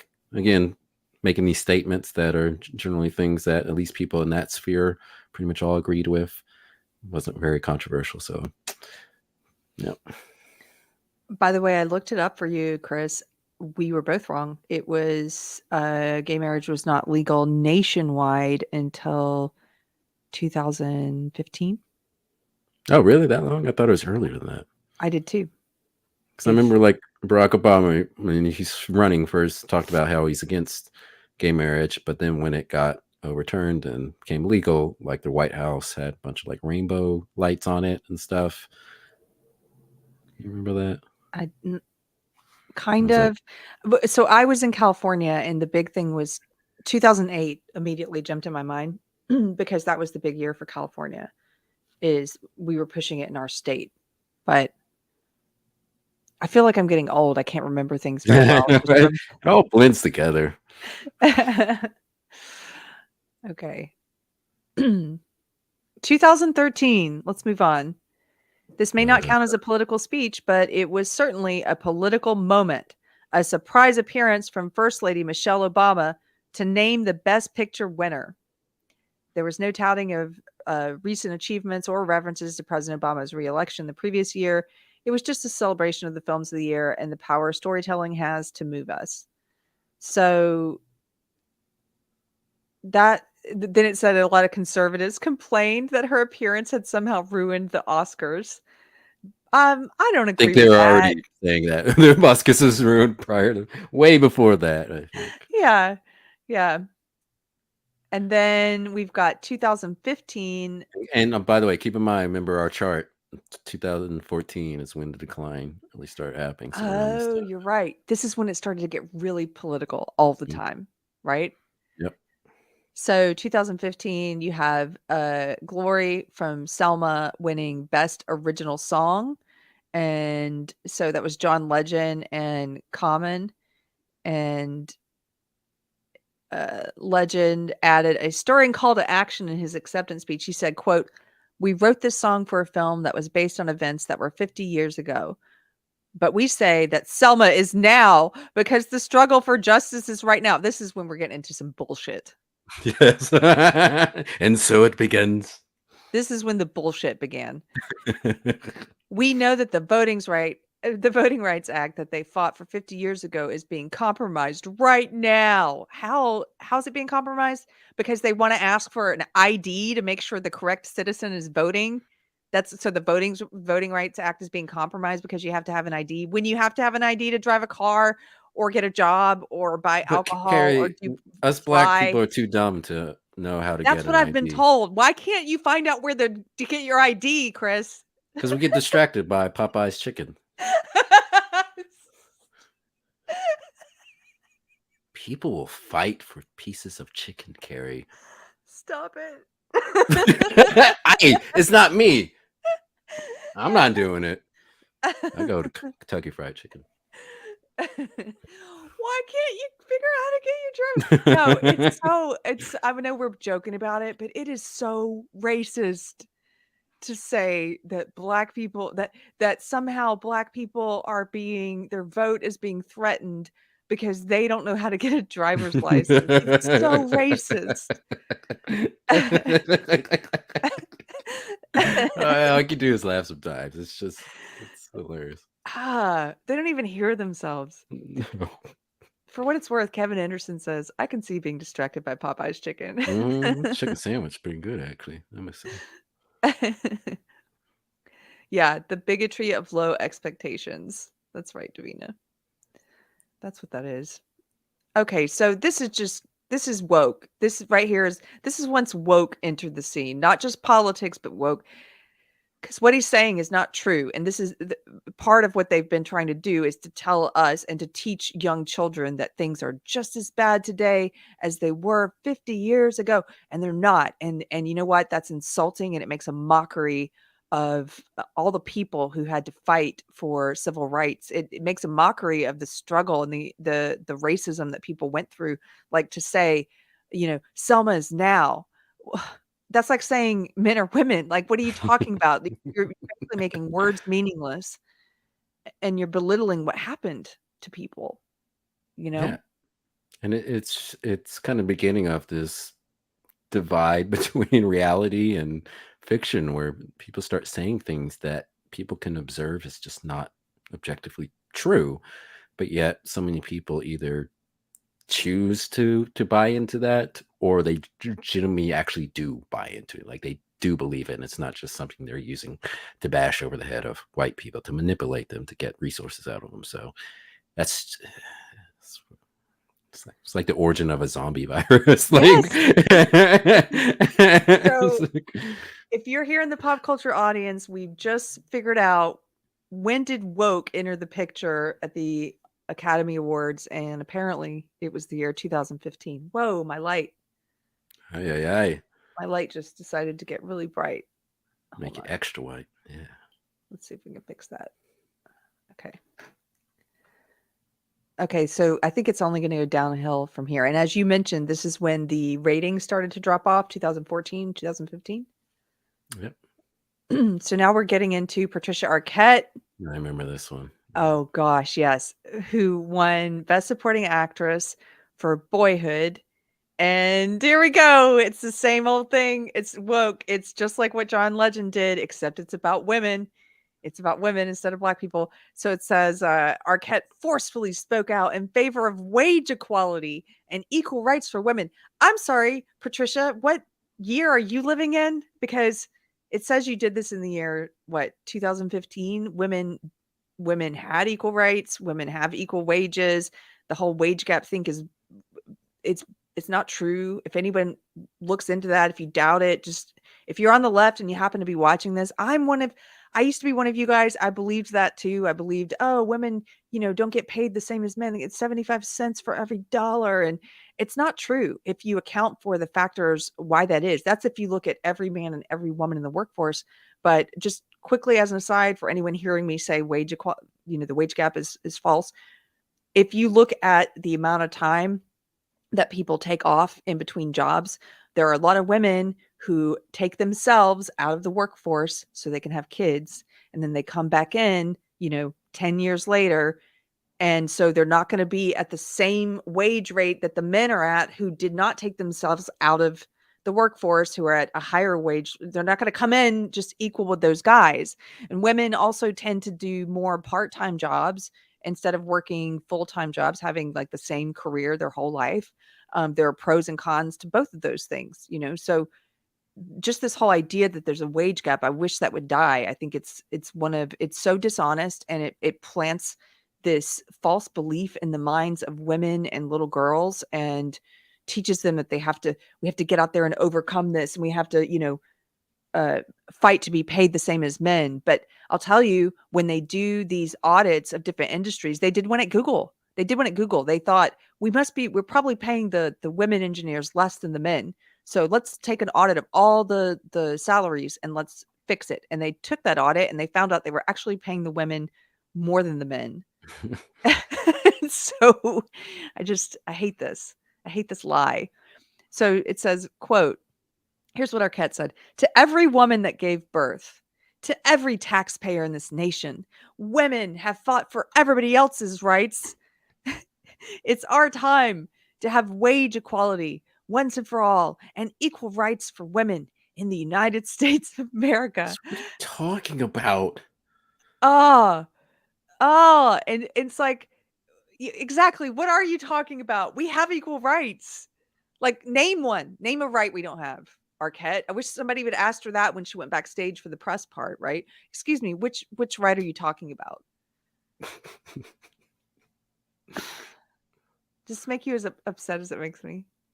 It does, but I'm so used to it that I've become desensitized to a degree, and so it's like it's hard for me to have much of an emotional response these days. I'm like, Yeah. these people are they're just the same. It's the same thing over and over again. Ryan brings this up, Chris. He says, was she saying that only women give birth? Time to cancel her. Yeah, it's a little dated now, right? Now she'd get in trouble for saying women, because what is that? What is a woman? Good question. Okay, then the next year, 2016, Chris Rock's opening monologue.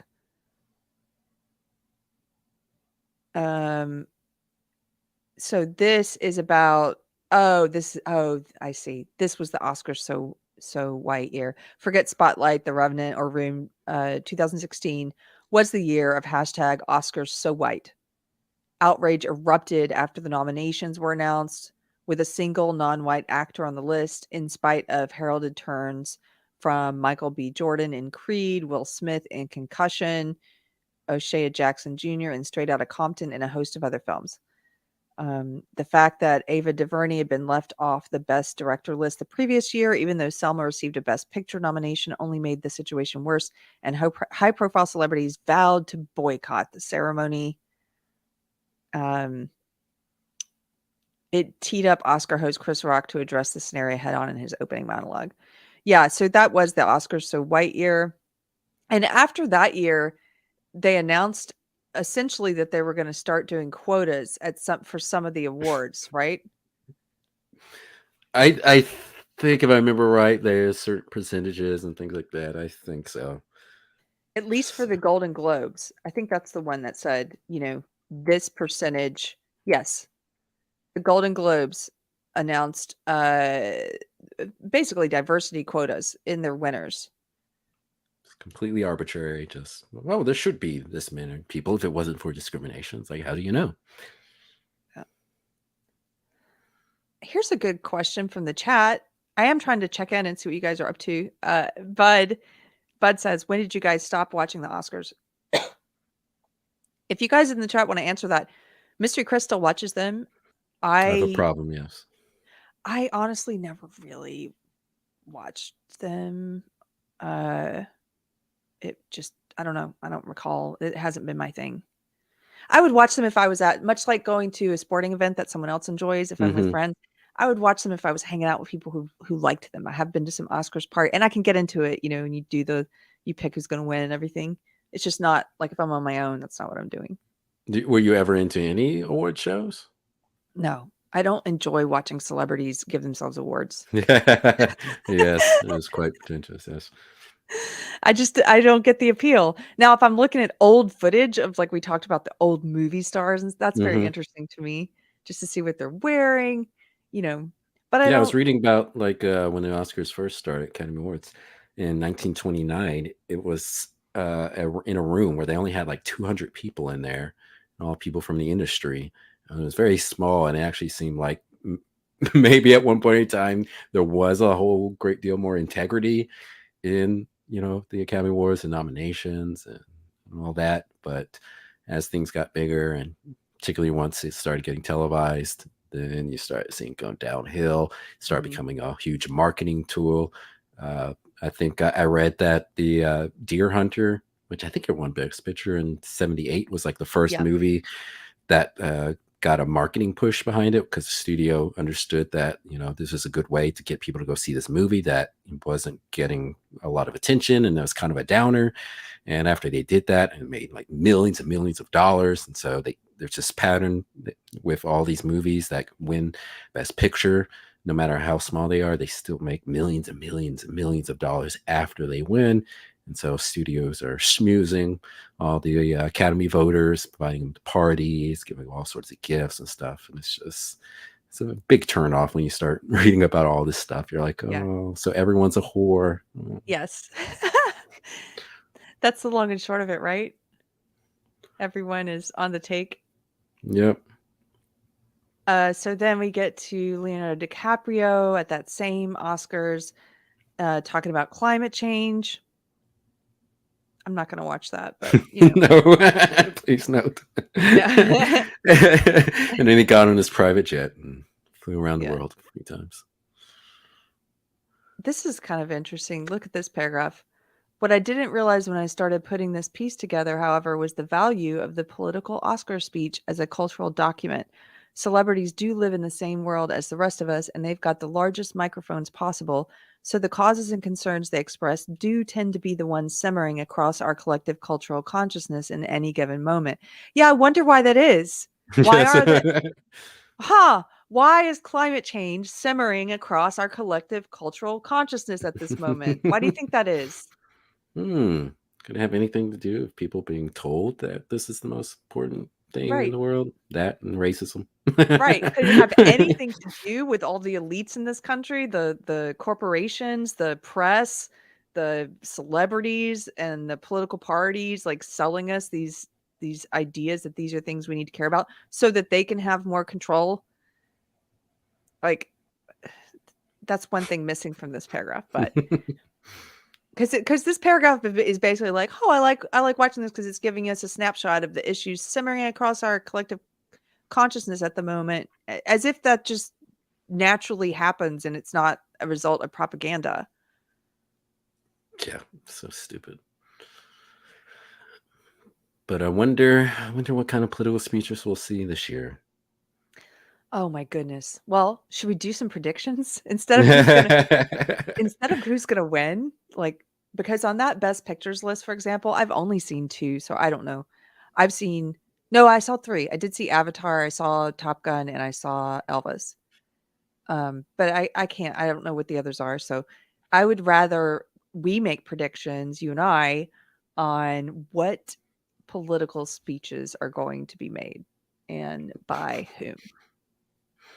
Well, trans is a thing right now, so I have my money on a speech about trans, and we should turn this to a bingo. But Yes. I have my money on on that and trans representation. It's a big thing right now. I'm basically going down the list of all the marginalized people and seeing where they're at right now. Blacks are still in.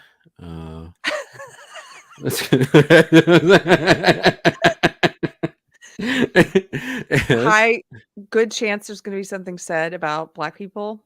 Yes. So that's it. Women are kind of down because they've taken a back seat to trans. So their Ooh, stock is plunged. down. I don't recommend buying stock in women right now. Women Asians, have plummeted. yes. Sell. Asians apparently are no longer being attacked, I hear. So that stock is down as well. What about Trump? He's no longer president. Will they still bash him? I think so, because they just can't let it go. And he is running again, but still, much like Saturday Night Live, that literally does a Trump cold opening every single show. I think there will be some comments about Trump. Okay, who's going to be the surprise appearance that no one was expecting? Like it was Michelle Obama that one year. Do you think Jill Biden would be there? Not Joe Biden. There's no way you do, unless it's like Jill? pre-tape. But I think Jill Biden, because she seems to be the one that's going around doing all the PR stuff since Joe is off sleeping. I think it's going to be underwear Dylan somewhere. Mulvaney. They're going to bring Dylan Mulvaney up there. Wait, who's that? Dylan Mulvaney is that a trans? Yes, he's the one that claimed is this 100 Days of Being a Girl, and he just got invited to the White House recently to talk to the president, and he just got facial reconstruction surgery. Is this the guy that Mikey makes fun of? Yes, one of them. Yeah, I know. Yeah. Somebody said Zelensky. Oh yeah, that's a good one. Yeah, that's another good one. Ukraine okay, these are all good news. guesses. Yes, I'm taking notes, guys. I'm taking notes on what people. Jill Biden, Zelensky, Dylan Mulvaney. What are you putting 20 on? I'm kidding. Always bet on blood. Wait, look at this. Davina. There's also the luggage stealing one. I just put that the luggage stealing one. You know who she's talking about, right? No. Oh, it's the trans woman who worked for Joe Biden in the nuclear energy department, who also was into dog and puppy play, like dressing like a dog and having sex. No. And yes, but he got fired because it has come out that he has stolen several women's bags from the airport and he wears their clothes. He stole some Sam Brenton. Yes, Sam Brenton. He stole some beautiful Tanzanian fashion designer's bag. And years later, she just came. I think she's the third woman who's like, what? All of these photos, these are and she has proof. These are my designs and my bag was stolen a few years ago. And he just wearing them. Like well, to be fair, he probably looks better with it than she does. Huh? No. Somebody says you can't make that stuff up. Wikipedia, correct. If you pitch this as a movie, you're like, okay, so the president appoints this trans woman to a office in the the Department of Nuclear Energy, or anyway. He also likes puppy play and has been photographed in magazines, and as a handler for another man who's in fetish gear and a dog mask. He's done interviews about it. Okay. And he also claims, here's an interesting fact about Sam Brinton. I've looked this guy up. He's a total liar. He also gave testimony years ago because he falsely claimed that that his parents, when he came out as gay, that his parents sent him to electroshock conversion therapy to turn him straight. And his story changed multiple times. It was like, oh, it was a doctor who did it. And then, no, it wasn't a doctor. It was a minister. And then, well, no, again, and then later, no, it was a doctor. Who's the doctor? Oh, I can't remember. Like, who did this electroshock therapy on you? I don't recall any details, but it happened. And I'm going to testify before Congress. Like, so that guy gets appointed by Biden. That And then makes it comes sense. out he's a luggage thief. I hope he stole their tampons too. He was trying those out. That'd be great. So when will he get a biopic? Exactly. That would make a great movie. There hasn't been any I don't think there's been any big movies about, trans people, like biopics about trans individual. I would like to see one about Sam Brinton, the luggage thief. It's just nobody would believe. They're like, what? Yeah, Candor says this administration has the worst pervert appointees ever. Which is saying a lot because it's politics and they're all, I think, they're all con artists and perverts, a lot of them.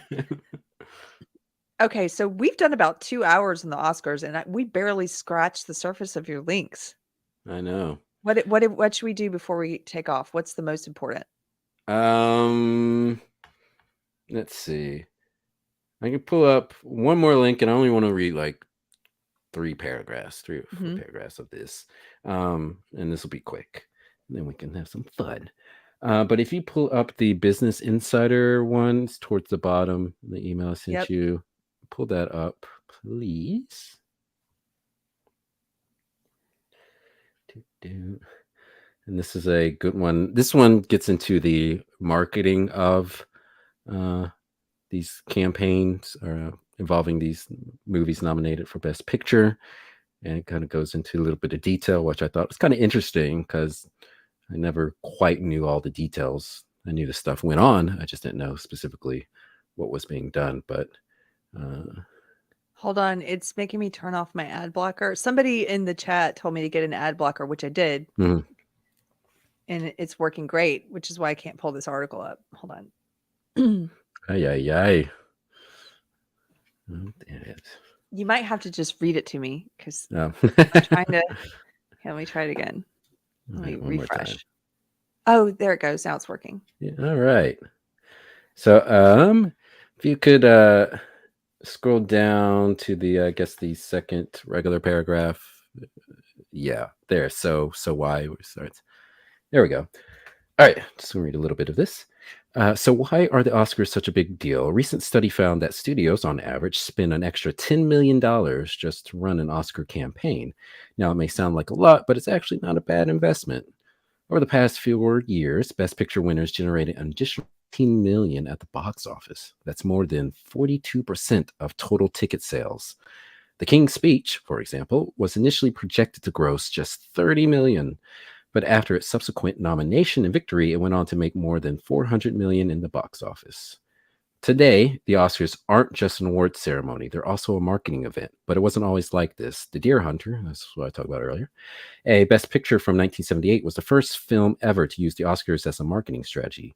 Universal Studios worried that the film would be a commercial failure due to its grim and depressing tone and came to a realization that the only way to draw a crowd was by winning the Oscar, and it worked. Another figure who took advantage of the system was none other than Harvey Weinstein. The controversial film producer was notorious for his aggressive marketing strategies to win Best Picture. It's how Shakespeare in Love took home the prize in 1999 over Spielberg's Saving Private Ryan, an obvious favorite at the time. And then I'm going to scroll down a couple of paragraphs, or maybe one paragraph to the one that says The Obsession with important films. There we go. The obsession with important films is the same reason why dramas are the king of award season. A whopping 93% of Best Picture winners are dramas, while only 2% are action and fantasy. This pattern extends beyond the Best Picture category. A study found that actors were 9 times more likely to receive a nomination for their work in a drama. Over its 90 years of history, science fiction and horror movies have never won Best Picture. It's why monumental works of cinema like Stanley Kubrick's 2001: A Space Odyssey or Alfred Hitchcock's Psycho were never even nominated. And this is where we start to see the problem. There is a formula to winning the Oscars, and it's a formula that should not exist in the first place, especially in a ceremony dedicated to rewarding good art. And that's basically what I wanted to read from that article. But I think that's true. Unfortunately, you have seen a pattern with dramas. There was another article I was reading where a lot of films that were over like 2 hours were also getting nominations and winning. And this had a lot to do with people thinking that these were more important. But you've seen this pattern with these films, not only taking on things that are looked at as having an important message, but things that are seen as being a little bit out of the ordinary. I remember when The Artist won, which I still haven't seen, but that was a film that was a black and white silent film. And since I didn't see, I can't say anything about the story, but certainly in a day and age where they don't make silent films anymore, that's obviously going to stand out. And so I think a lot of zany films like that, La La Land was a musical, which you don't see a lot of musical films opening up anymore. These types of things get the nod, but ultimately, like with La La Land, that lost to Moonlight, which had that messaging about, which had the messaging. Yes. On that. And so we've seen this trend, and this is one of the reasons why I tend to think that Top Gun Maverick won't win, because I think it's going to be looked down upon by a lot of Academy voters as being too populist. Yeah. But it's definitely, but I think something unpredictable might happen just because people are so sick of woke. Unless they're desperate, and I was like, okay, well, we might as well try to. If they start to become self-aware, I guess, of their elitism, and start to say, okay, maybe we should kind of recognize some of the popular movies, like maybe the general public, Right. But they never have. You're right. And that's, everyone's sort of always known that it's a running joke. I mean, I remember Kate Winslet was in an episode of Extras with Ricky Gervais, and she was playing herself. Like a lot of times when actors would appear on that show, they would play a version of themselves, a fictionalized version of themselves. And she was in some fake movie in that episode. I think it was a Holocaust movie, and she was just openly saying to him that she was doing it so she could win an Oscar. And yeah.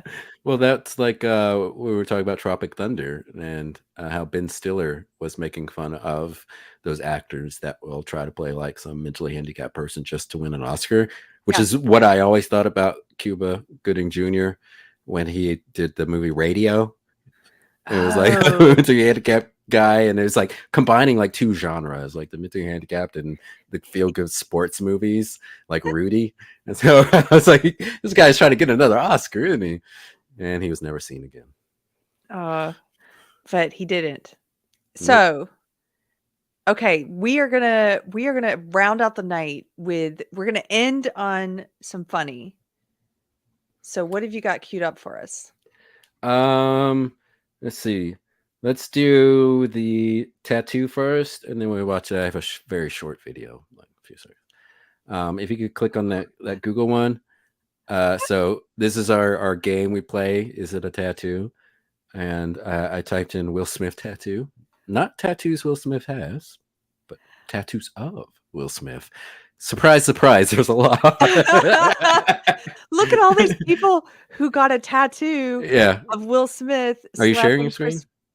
Rock. Oh, it's not. Oh, I'm just looking at this by myself. Yeah. Look at this. You guys, look at these pictures. Multiple people, it looks like, got tattoos of, because some of these look a little different, of Will Smith slapping Chris Rock. Why? I don't know.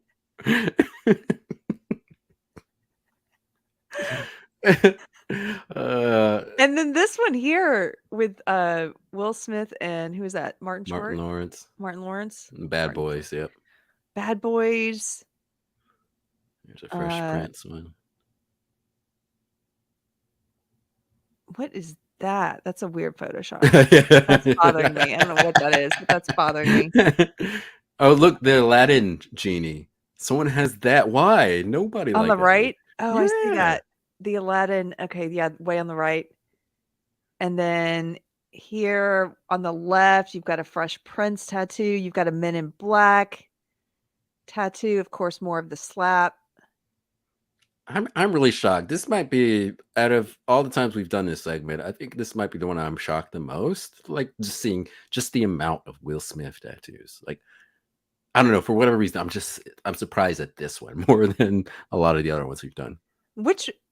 Hancock? Will Smith Yeah. as Hancock? Yeah, that movie sucked. Who would get that? I don't know. The director, maybe. I don't know.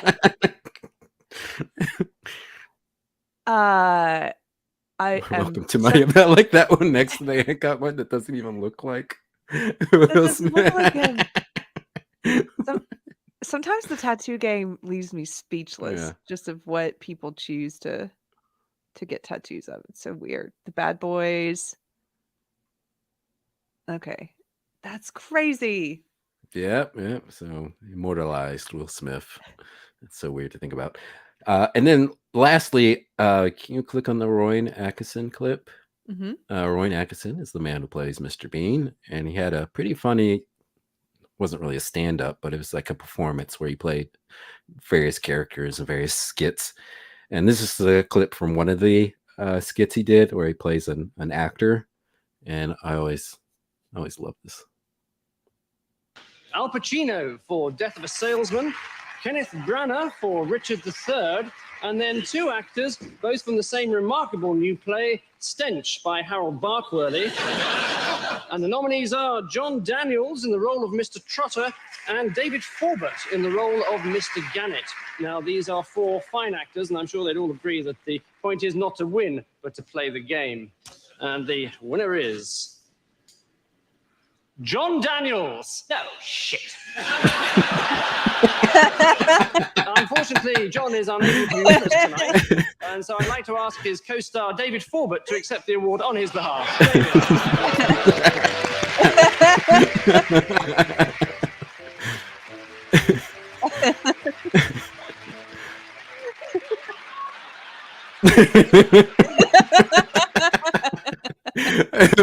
For the rest of the skit, he comes back and does a whole speech. But I always, every time I watch the Oscars or any award show, I always think about this clip. Because I'm always thinking about the people who lose in their head. They're going, "Oh shit!" Right? But they have to like clap and smile.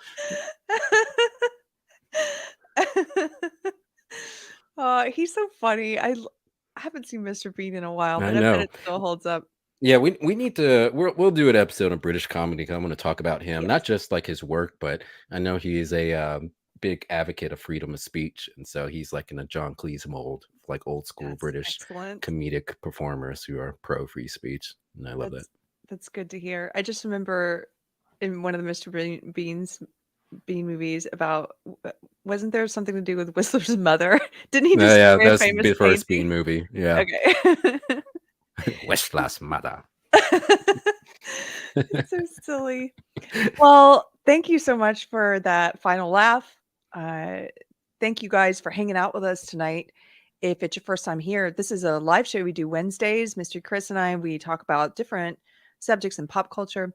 We have several ways to support the show. You can share the video, hit like, leave a comment below, not just in the chat, but a comment actually helps the algorithm if you want to help us get into more places.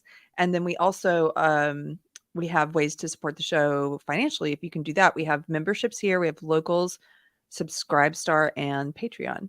And I forgot to mention at the top of the show, but we just put out our first comedy video this week.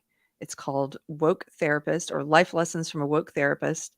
You can find it right here on Deprogrammed, and I hope you enjoy it. We want to do more of these. I'm so happy with the positive response.